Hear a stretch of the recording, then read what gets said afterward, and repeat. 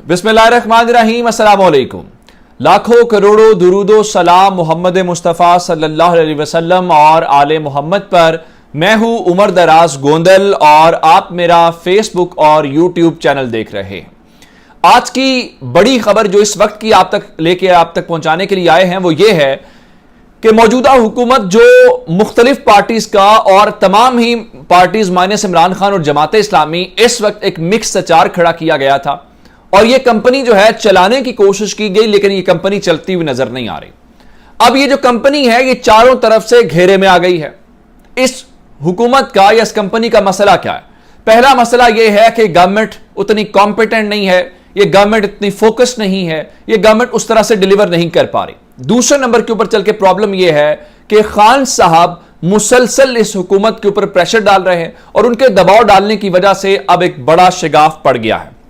शिगाफ कैसे पड़ सकता है?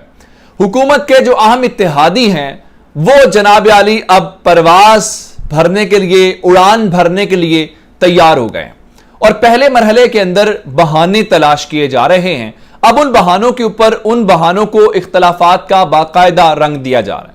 इस वक्त हुकूमत खड़ी कितने वोटों के ऊपर है? 2 वोटों के ऊपर खड़ी हुई है, जिसमें जो ज्यादा सीटें हैं वो एमकेएम की हैं 7 सीटें, फिर अवामी नेशनल पार्टी है और पाकिस्तान पीपल्स पार्टी। अब पाकिस्तान पीपल्स पार्टी ने शेयर अपना ले लिया, लेकिन अवामी नेशनल पार्टी और एमकेएम के जो शेयर्स हैं वो उनको नहीं मिले। सबसे पहले मैं आपको खबर दे चुका हूं कि रात को एमकेएम राब्ता कमेटी का इजलास हुआ और वहां पे मैंने आपको बताया था जो एलामिया था, उन्होंने जो मौजूदा महंगाई है उसके ऊपर तशवीश का इजहार किया है और हुकूमत से मुतालबा किया है कि तमाम स्टेक होल्डर्स को एतमाद में लेके ऐसे इकदाम किए जाएं जिससे अवाम को रिलीफ मिले। मैंने आपको उस वक्त भी कहा कि आखिर ये हुकूमत में मौजूद होते हुए किस हुकूमत से मुतालबा कर रहे हैं कि आप स्टेक होल्डर्स को एतमाद मिले? आप हुकूमत के अंदर हैं, आपके पास वजारतें हैं, आप काबीना के अंदर बैठते हैं, तो ये अवाम के साथ कम से कम तमाशा जो है वो ना करें। अब मैं आपको पहले मरहले के ऊपर एमकेएम को चूंकि कहा गया था कि आपको गवर्नरी मिलेगी सिंध की, अब तक नहीं मिली। नसरीन जलील का नाम आया और उसके ऊपर एस्टैब्लिशमेंट उस नाम को क्लियर नहीं कर रही।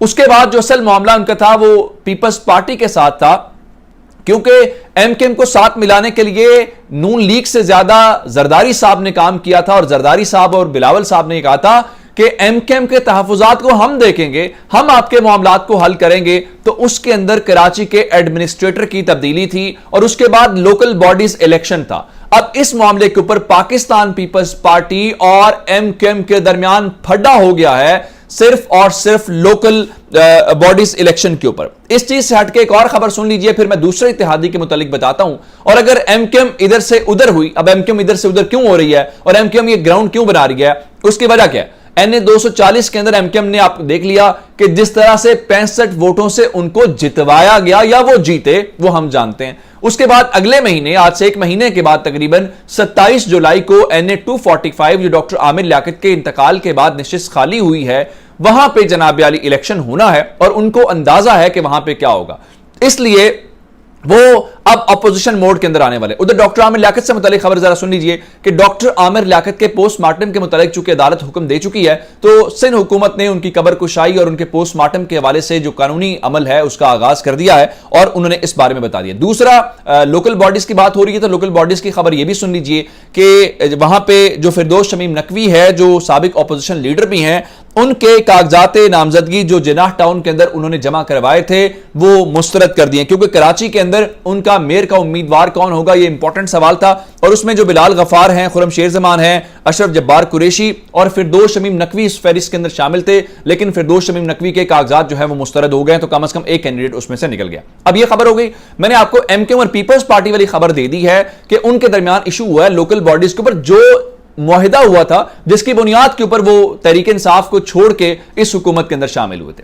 दूसरे नंबर के ऊपर एएनपी की मैंने बात की, तो अवामी नेशनल पार्टी के अमीर हैदर खान होती ने आज वजीर आजम हाउस के अंदर शहबाज शरीफ से मुलाकात की है और उस मुलाकात के हवाले से मैं आपको बता देता हूं, चूंकि तय यह हुआ था कि शाह फरमान खैबर पख्तूनख्वा के अंदर जो तहरीक इंसाफ के गवर्नर थे वो रिजाइन कर चुके हैं, तो उनकी जगह पे अवामी नेशनल पार्टी को गवर्नरी दी जाएगी और इस सिलसिले में मियां इफ्तिखार हुसैन का नाम आया यहां पे भी एस्टैब्लिशमेंट क्लियर नहीं कर रही, या नून लीग उनके साथ ब्लफ खेल रही है और उनको यह वजारत नहीं देना चाहती या गवर्नरी नहीं देना चाहती। आज अमीर खान हैदर होती ने बाकायदा तौर पे शहबाज शरीफ को मिलकर कह दिया है कि हमें गवर्नरशिप नहीं चाहिए, हम हुकूमत का उस तरह से मजीद शेयर नहीं लेना चाहते। वजारतें उन्होंने बिल्कुल पहले नहीं ली हुई, इसलिए नहीं ली हुई क्योंकि पीपल्स पार्टी ने अपना शेयर ले लिया लेकिन उनका शेयर नहीं लिया। तो इसलिए आप समझे कि अवामी नेशनल पार्टी भी बिल्कुल उस मोड में जाना शुरू हो गई है जहां पे वो कोई हुकूमत का ओहदा, उन्होंने बहाना यह बनाया जी वो सेक्रेटरी जनरल जो है उसके ओहदे के ऊपर और पार्लिमानी सियासत और अवामी सियासत को बरकरार रखना चाहते हैं, उनको ओहदा नहीं चाहिए। अगर ओहदा नहीं चाहिए था तो आपने उनका नाम जब नॉमिनेट किया तो इसका मतलब यह है कि मियां इफ्तिखार हुसैन से पूछा गया होगा, तो उनकी इजाजत के बगैर तो कम से कम यह नाम नॉमिनेट नहीं हो सकता। उसके बाद जरा एक और खबर सुनिए, चूंकि आज डॉलर के हवाले से मैं आपको मुसलसल खबरें दे रहा था। आज डॉलर जो है जनाब अली वो 211 रुपए के करीब पहुंचा है और उसके बाद अब जब क्लोज हुआ है तो 210 रुपए के अंदर इंटर बैंक के अंदर क्लोज हुआ है और ओपन मार्केट के अंदर 213, 14, 15 तक की तलात हैं कि यहां तक फरोख्त होता रहा है। लेकिन आज नैब के हवाले से जो कावरीन ऐवान सदर गए थे, ऐवान सदर बार बार इनको शर्म दिला रहा है। जैसे आपने देखा कि इलेक्शन तरमीम के ऊपर था, उन्होंने दस्तखत करने से इनकार कर दिया। उनका जो ओवरसीज पाकिस्तानियों का राइट टू वोट सलब करे उसके ऊपर दस्तखत नहीं किए जा सकते। उन्होंने दस्तखत किए बगैर वो बिल वापस भेज दिया जो ज्वाइंट सेशन से मंजूर हुआ था। उसी तरह से इन्होंने नैब जो तरमीम है उसके ऊपर भी जो बिल भेजा था ऐवान सदर ने उसको वापस भेज दिया। उसकी वजह क्या है? पाकिस्तान तहरीक इंसाफ पाकिस्तान तहरीक इंसाफ ने आज के दिन को ब्लैक डे के तौर पे मनाया है और खान साहब ने इसके बारे में ट्वीट्स भी किए हैं। उसकी वजह क्या है? उन्होंने कहा है कि जो आपने तरमीम की है इसका मतलब यह है कि 1200 अरब रुपए के जो केसेस हैं इन तरमीम के नतीजे में 1100 अरब रुपए के केसेस खत्म हो जाएंगे। उन्होंने आप सल्लल्लाहु अलैहि वसल्लम का फरमान भी उसमें वो कोट किया कि जब ताकतवर को छोड़ दिया जाए और जो कमजोर है उसके ऊपर आपका कानून चले तो वो मुआशरा जो है आगे नहीं चल सकता। इसलिए पाकिस्तान तहरीक इंसाफ जो है वो आज के दिन को यौम स्याह के तौर पर मना रहा है। लेकिन आपने परेशान नहीं होना, उसकी वजह यह है कि जो चेयरमैन साबिक वाबडा है जनरल मुजम्मिल साहब, उनको नैब ने जरूर बुलाया है क्योंकि एहतसाब अब उनका ही होगा जो कहीं ना कहीं इमरान खान की सपोर्ट कर रहे हैं या कहीं ना कहीं इस हुकूमत के साथ काम नहीं करना चाहते। इस हुकूमत की जो बदउनवानियां हैं, जो दीगर चीजें हैं उसके ऊपर अगर वो आवाज उठाते हैं तो इसका मतलब यह है कि वो घर जाएंगे, वो हुकूमत के अंदर नहीं रह सकते। सूरत हाल मार्केट का आपने देख ली है। अब से थोड़ी देर पहले मिफ्ता इस्माइल ये फरमा रहे थे कि टैक्स की शरह हम 12 लाख तक रखेंगे। IMF को जो सैलरीड पर्सन है उनके हवाले से कोई नहीं है मसला, हम जो मरात हैं याफ्ता तबका है उसके ऊपर मजीद टैक्सेस लगाएंगे। और वो कह रहे हैं जनाब आइंदा चंद रोज के अंदर IMF के साथ मुआहिदा बहाल हो जाएगा। अगर अमरीकी सफीर के साथ मुलाकात के बाद भी आपका मसला हल नहीं हुआ तो फिर मेरा ख्याल यह है कि आपको मजीद इंतजार कर लेना चाहिए। आपका मसला हल इस तरह से होता हुआ नजर नहीं आ रहा, फिर अवाम के पास है। उधर जरा एक और खबर सुनिए। जो स्पीकर पंजाब असेंबली हैं चौधरी परवेज इलाही, उन्होंने लाहौर हाई कोर्ट से रुजू किया। लाहौर हाई कोर्ट से रुजू इसलिए किया कि ये जो गवर्नर ने पंजाब असेंबली के हवाले से नोटिफिकेशन या ऑर्डिनेंस जारी किया, उन्होंने कहा ये देखें ये असेंबली कवानीन के मुखालिफ है, इसलिए आप इसको फौरी तौर पे जो है कल अदम करार दें। आप हैरान इस बात के ऊपर होंगे, उसके खिलाफ हुक्म इम्तना जारी करने से जस्टिस साजिद महमूद सेठी साहब ने उनकी अपील को मुस्तरद कर दिया। कहा फौरी तौर पर नहीं, अभी उनको नोटिस सर्व कर रहे हैं। 24 जून को पंजाब हुकूमत का एडवोकेट जनरल का आएगा जवाब, तो 24 जून के बाद देखेंगे क्या फैसला करना है। हमने जो ओथ लिया उसके बाद फैसले करेंगे।